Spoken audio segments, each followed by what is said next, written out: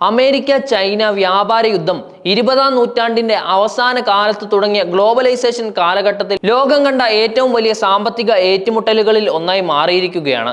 American ഭരണകൂടം, പ്രത്യേകിച്ച് Donald Trump പ്രസിഡന്റായ കാലം മുതൽ ചൈനയുടെ വ്യാപാര അധികാരത്തെയും അനീതിയായ വ്യാപാര രീതികളെയും വരെ കടുത്ത രീതിയിൽ നടപടിയോടെ സ്വീകരിക്കുകയാണ് ചെയ്തത്.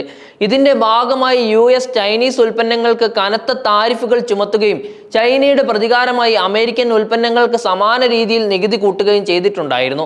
എന്നാൽ ഈ ഏറ്റുമുട്ടലുകൾ ഇരു രാജ്യങ്ങൾക്കും മാത്രമല്ല, സമ്പൂർണ്ണ ലോക വ്യാപാര ശൃംഖലയ്ക്കും ദീർഘകാല പ്രത്യാഘാതങ്ങളാണ് ഇപ്പോൾ സൃഷ്ടിച്ചുകൊണ്ടിരിക്കുന്നത്.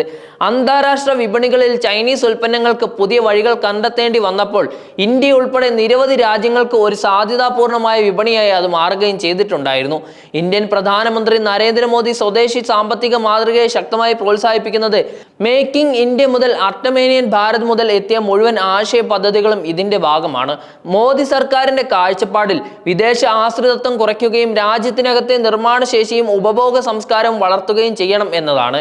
എന്നാൽ ഇതേ സമയത്ത് ചൈനീസ് ഉൽപ്പന്നങ്ങൾക്ക് അമേരിക്കൻ വിപണിയിൽ തടസ്സങ്ങൾ സൃഷ്ടിക്കപ്പെടുമ്പോൾ ഇന്ത്യയെ ലക്ഷ്യമാക്കി വരാനുള്ള സാധ്യതാ സാഹചര്യം വലിയ ആശങ്കയായി മാറുകയാണ്. വിപണിയിൽ വില കുറഞ്ഞ, ഭംഗിയായി നിർമ്മിച്ച, സാങ്കേതികമായി മുന്നേറിയ ഉൽപ്പന്നങ്ങളുമായി ചൈന കടന്നു വരുന്നത് ഇന്ത്യയെ ചെറുകിട ഇടത്തരം വ്യവസായങ്ങൾക്ക് വലിയ വെല്ലുവിളി ഉയർത്തുകയും ചെയ്യും.